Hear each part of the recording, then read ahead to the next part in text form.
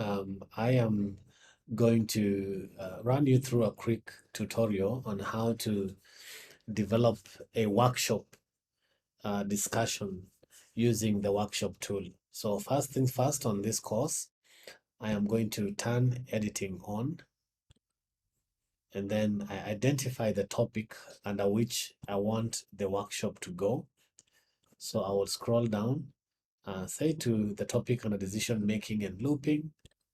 I'll need to add activity or resource by clicking add activity or resource. You find that I have all my tools here. I'll scroll down to where the workshop is, or I can just search workshop by typing workshop, and there it is. I'll click workshop. Now the first thing I need to do is set up where the workshop is going to sit. And so I'll call this workshop project. Let me call it class project. Normally, workshops are given as a big project for the class that might last the entire trimester or semester. And then I'll give my needed instructions on how the workshop um, project is to be done, right? So I'll give my instructions clearly, listing by number, what you want to be done. Make sure that you click display when that happens. Then you need to set gradings, grading settings. Grading strategy. Do you want it to be accumulative grading or comments or number of errors or rubric? I'll say just accumulative grading. Now, there are two ways of grading an assignment project. This kind of assignment, project assignment. Just when the students submit the work, you get the opportunity to grade them out of 80. But you want the purpose of this project to be for peer review. You want students to be able to get a chance to review each other, to peer review each other's work. So for this, give them an opportunity to practice that, and they can only give up to 20 over 20 of this assignment. So if the assignment is out of 100%, you reserve the bigger chunk of assessing that project, and you give them an opportunity to review each other's work for 20%, up to 20% max. Then don't set an assessment grade to pass. The decimal places, I just leave them as 0. Then the submission settings, you want to give instructions, clear instructions on what you need to be done for the assessment. What are the instructions? So you could either upload a link that shows the instructions, or you can really type in your instructions here. So you can say instructions. Maybe you want them to, first of all, watch a documentary, and you can link it. You can link the documentary here using these tools here. You could link it, but for now, let's just leave it. Number 2, you want them to work in groups which you already have set up to be able to do so, or you want it to be an individual assignment. So you can say each student will create their own project, and then say each student will peer assess another student.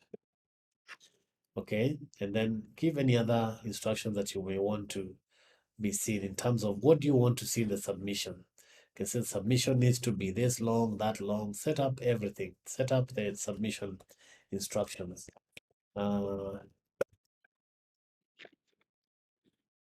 Say for instance, it must show the following parameters.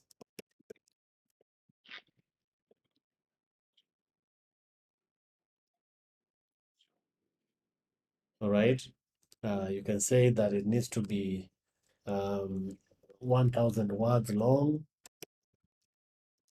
Right. You can set all these parameters that you want to be seen.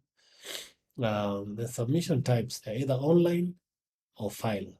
I think those are the required ones. Maximum number of submissions, make it just one. Because it's an entire semester's work. The submission attachment allowed, you can choose any. You can choose any kind of file type. So if they're going to be using images like scans from the hospital, you can allow that to happen by choosing all file types. Maximum submission attachment size, leave it as maximum 5 MBs. Assessment settings, instructions for the assessment. Now this is where you want to guide the students on what to assess.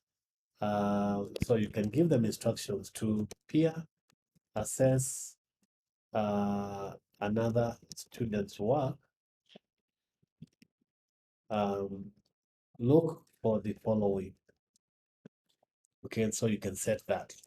Paper length must be 1,000 words.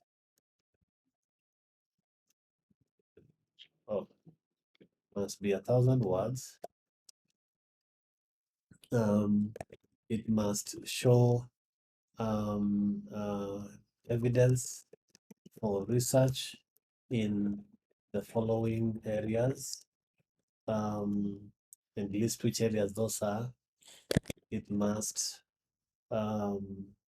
address a problem, a social problem. All right, and fourthly, maybe lastly, it must offer solutions, tangible solutions. Okay. Okay. So then students may assess their own work. No, you want them to be able to assess each other's work. Feedback enabled and optional. All right, just leave it as it is. Maximum number of overall feedback given. Maximum number of overall feedback attachments. Leave them as 0 because you want them to be able to type inside. Then conclusion. Here, give the answer for the question, for the workshop question.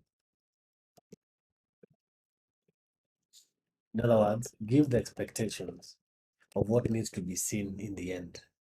You can fill all the space, it's yours.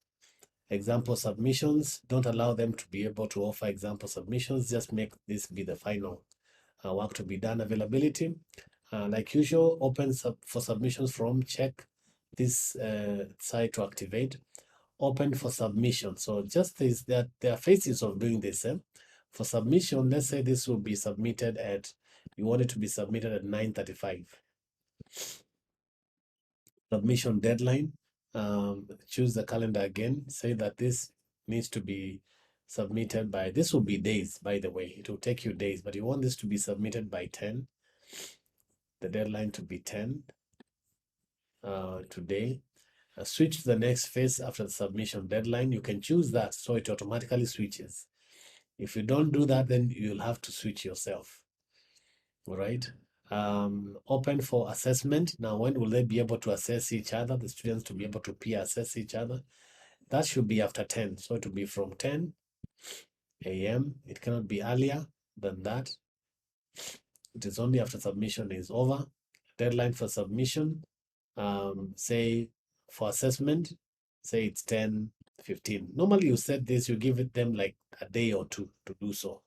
But for purposes of our learning, I will just put 15 or even 10 so that you can see it playing out quickly. 10, 10. Common module setting, you want this to be shown on course page. Of course, no group work at this point because each student will be reviewing each other's work. Restriction of access, if you want them to be able to do something before the assignment, please restrict it. You can do an activity or date or grade or group, whatever that is.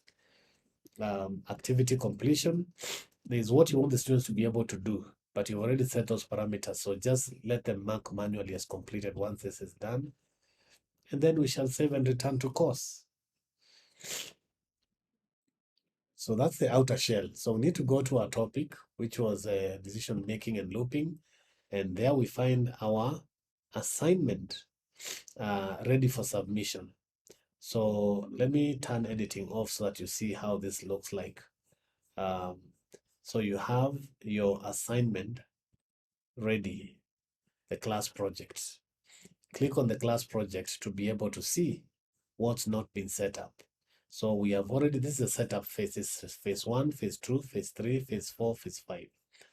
Once each phase is done, it switches to the next. If you see any luminous green colors, it means you have done that bit. But if you see any grayed out area, know that it needs to be done. Like edit assessment form, if you click on that, it will take you back to settings to do that aspect. What do you want to be seen? Aspect number 1, you need the assessment to have paper length, say 1,000 words. How many points are you going to give that?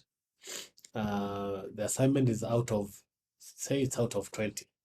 So that will be 10 for the first aspect.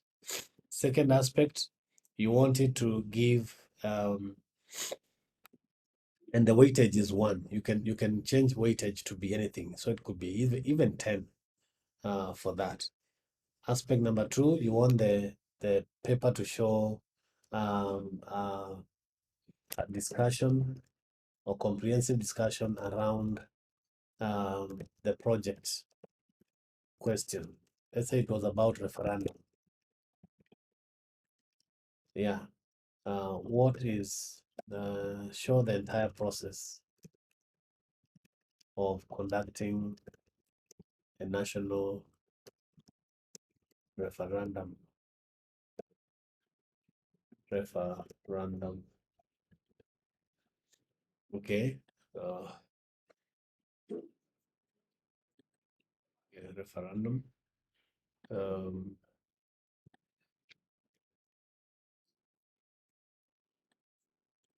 okay. Oh, we'll just leave it as that. Okay, so how many points? It's going to be 10. Give it a weight of the same, which is 10. And then you can continue adding aspects. But if you are done, if those two are enough, you can say save. You can say save and preview, or save and close. So it will take you back. You see now that checks that bit. Switch to the next phase. Now it's time for students to be able to submit their assessments. So it says set up schedule allocation. If it's an X, you need to click on that to be able to go there and do the setup.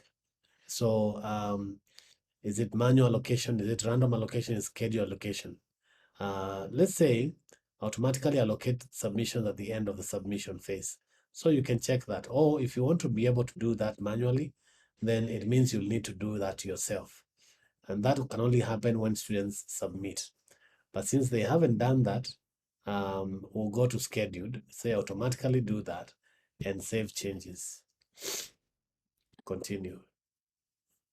Okay. So I'll go back to my class project.